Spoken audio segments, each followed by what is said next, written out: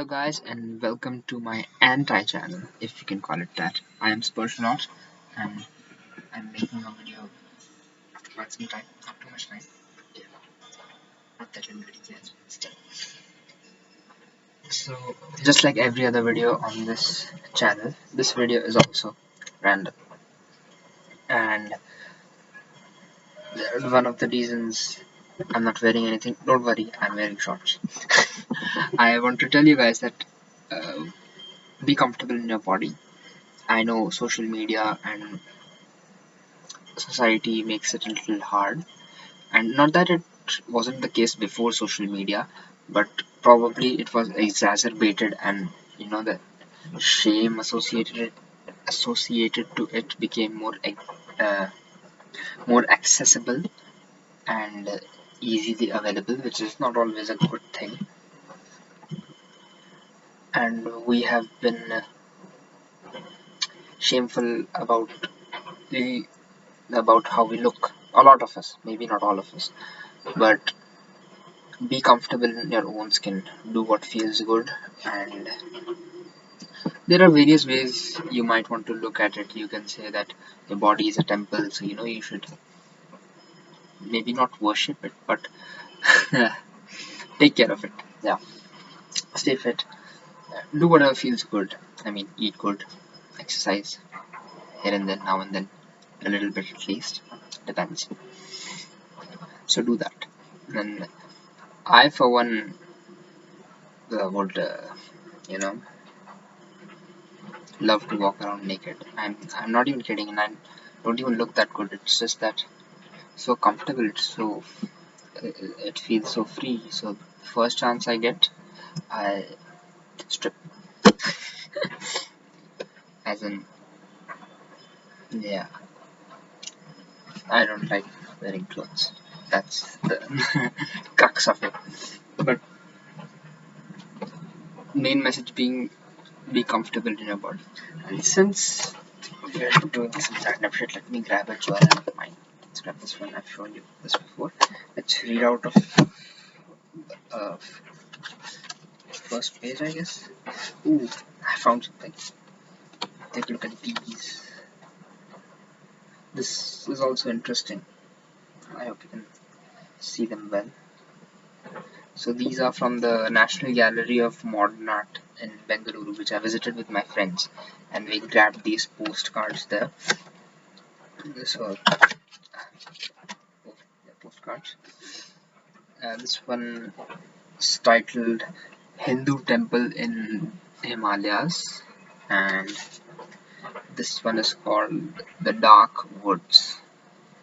It was pretty cool. It was a good collection. So these are from Bireswar Sen, and we spent some good amount of time looking at these. And many of these were miniature paintings. So you would look at them with a magnifying glass, and it was so exciting to see all those minute and miniature details that he put in there. That was very exciting, and it was also mind-boggling that how we are looking at it with the magnifying glass, and we can see all those details. I don't know, when he would have painted them, would he have used a magnifying glass, or he did it with like raw vision, or whatever you call it. Putting all those details, it was a wonderful collection. And the whole sort of message in it, or the interesting thing about it, was you would see these tiny human figures uh, against like grand natural backgrounds, the mountains, the forest, the river. So that was very exciting. You have these humans in the painting, but you're not sort of putting the limelight on them. They are not exactly the subject, although technically, for example, in this one, this is the subject, or this one, if you see, these guys might be the subjects, but it's so much more than that. It's the humans are a small part of it, and the focus, even though it's the background, the nature is in the background, still there is a huge focus on it. And relationship between man and nature, and there was it an open letter or something like that, which was written by B.S. person Sen, and it was so beautiful. My friends and I read it, and for a few minutes we were just thinking about it. We were just standing there thinking about it. Others were passing by, and then we talked about it, what we understood from it, and all those things. So that was a good day, some time well spent, and to uh, for one, uh, ever since I've been like very young, early time in school, I have not really liked art. My initial thoughts were that we had dance and music, why did we need art? But as I went on and rediscovered art out of school, I was able to appreciate it in a lot of ways, and maybe it wasn't just introduced in a way that I would have felt excited by it. Doing those assignments, draw a trophy, this, that. I never really enjoyed it. And after that, yeah, I there's this sometimes there is this itch to, or you get an image in your head and you just you want to put it on paper, no matter how bad it looks. So I've done that, and in that way I have learned to appreciate art, be it going to that gallery, or otherwise on the internet through whatever means. So that has been interesting, and to I think that to be able to appreciate art is also a privilege, because so many of us have so much going on in our lives, maybe due to the your financial situation, your economic situation, social situation, whatever it is, some responsibility or something. Those things really impede the what we would say, the freedom to appreciate the arts, let's say, be it writing, poetry, art in this form, creative arts. So I don't know how do we bring it to the masses, and some in some ways some people and some forms have been successful in reaching the masses, be it through music, let's say in India, Bollywood music, or even other regional music industries have reached the masses, be it the films, and in some places in India also plays, also across the world. But yeah, plays are a considerably major or big thing in. For example, now I am in Pune, Maharashtra, and you have much more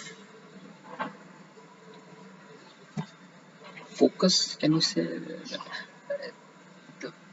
theater and acting happens here, which wasn't so often or wouldn't be seen so often in Jaipur, Rajasthan, where I lived before. Although you had it there, but I don't know, maybe I was too small to realize it or something. But I did watch a play. Our school took us to another school, and in the auditorium there was a play, and that was quite impactful. Theater when it is well done is quite impactful. You have in this day and age, many of us may not have seen a like properly staged play. Sure, we might have seen something small at school or something, but I say something a lot. Anyways, to be able to appreciate it is also sort of a privilege, I would say. You need to, it's like a because maybe many of us are more exposed to movies rather than theater, and it's like a movie playing out in front of you, but it's in the real world. It's not a screen. You're not seeing an image. The movie is being enacted in front of you. Technically it feels the other way round because theater preceded movies, but in the end it's interesting because they are in your like view, they are in your reality or whatever, they're in the same world, but they're doing something else. Like they seem to be out of it because they're playing all these characters and they're not really who they are. So I find that interesting. Going back to my journal, let's see what's on the first page. Oh, so there was an MUN at my school, and I was part of the something assimilation called the Fourth International, which was a